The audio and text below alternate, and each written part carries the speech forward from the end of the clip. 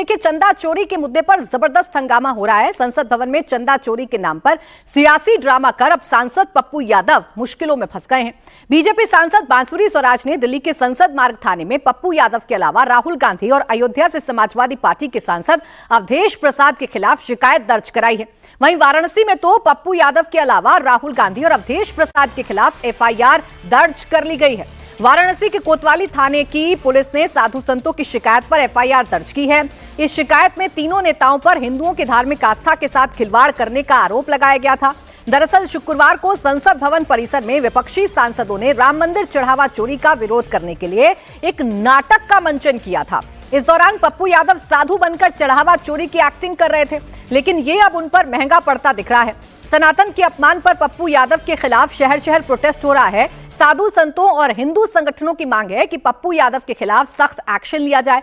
इस बीच बीजेपी सनातन के अपमान को बड़ा मुद्दा बनाने की तैयारी कर रही है। सोमवार को बीजेपी इस मुद्दे पर संसद में जोरदार हंगामा कर सकती है। तो ये तस्वीर जो आप इस वक्त अपने टेलीविजन स्क्रीन पर देख रहे हैं, ये तस्वीर राहुल गांधी के लिए, पप्पू यादव के लिए, अवधेश प्रसाद के लिए बड़ी भारी पड़ने वाली है। पप्पू यादव, राहुल गांधी और अवधेश प्रसाद के खिलाफ नई दिल्ली के संसद मार्ग थाने में शिकायत दर्ज की गई है, लेकिन वाराणसी में उनके खिलाफ एफआईआर दर्ज हो चुकी है।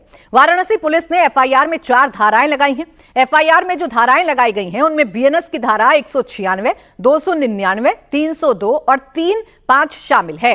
बीएनएस की धारा 196 धर्म के आधार पर लोगों के बीच वैमनस्य पैदा करने से जुड़ी है, जबकि धारा 299 का संबंध विद्वेषपूर्ण कार्य के जरिए किसी की धार्मिक भावनाओं को ठेस पहुंचाने से है। इसी तरह बीएनएस की धारा में किसी की धार्मिक भावनाओं को ठेस पहुंचाने का प्रावधान है।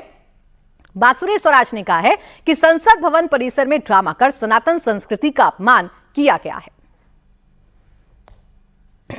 सांसद पप्पू यादव जी, अवधेश प्रसाद जी और नेता प्रतिपक्ष राहुल गांधी जी ने जो स्वांग रचा है संसद के परिसर में, वो विरोध नहीं है, वो प्रोटेस्ट नहीं है, वो सनातन संस्कृति का उपहास है, वो संत समाज का परिहास है और वो भारत की परंपराओं पर अट्टहास है।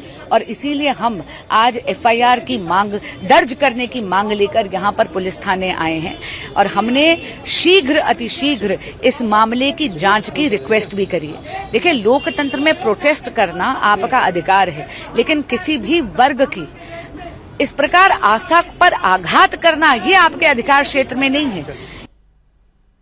शुक्रवार को संसद की कार्यवाही शुरू होने से पहले विपक्षी सांसदों ने चढ़ावा चोरी का विरोध किया था। इस दौरान पप्पू यादव भगवा ड्रेस में दान की पेटी लेकर बैठ गए थे।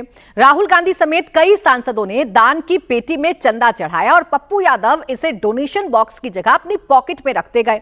अब बीजेपी और साधु संतों ने इसे बड़ा मुद्दा बना दिया है। पप्पू यादव के भगवा ड्रेस में चोरी करने पर सवाल उठा है, लेकिन पप्पू यादव का कहना है कि उन्होंने सनातन का अपमान नहीं किया, उन्होंने राम मंदिर का चढ़ावा चोरी करने वालों को बेनकाब किया है।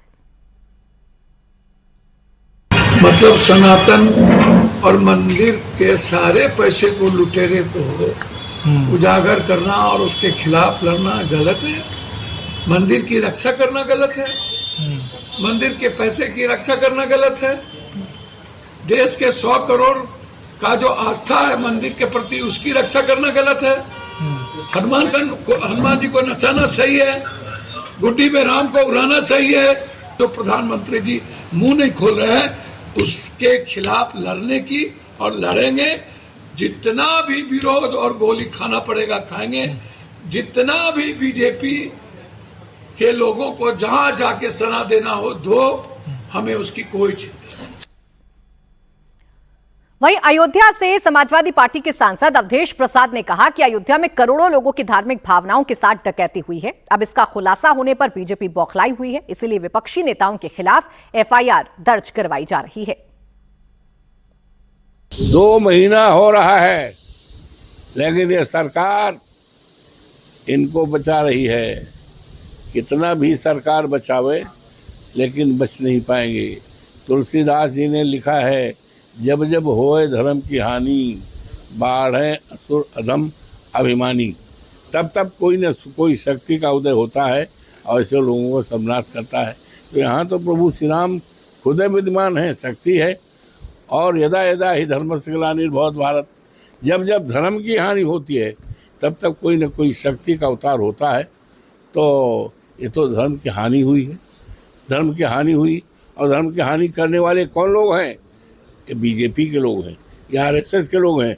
तो जब ये मामला आज देश के करोड़ों लोगों के जबान पे है, भले सरकार माफ कर दे, लेकिन ये भगवान इनको माफ नहीं कर दे। इसलिए इनके ऊपर छटपटाहट है, छटपटाहट है, इसका कोई मतलब नहीं।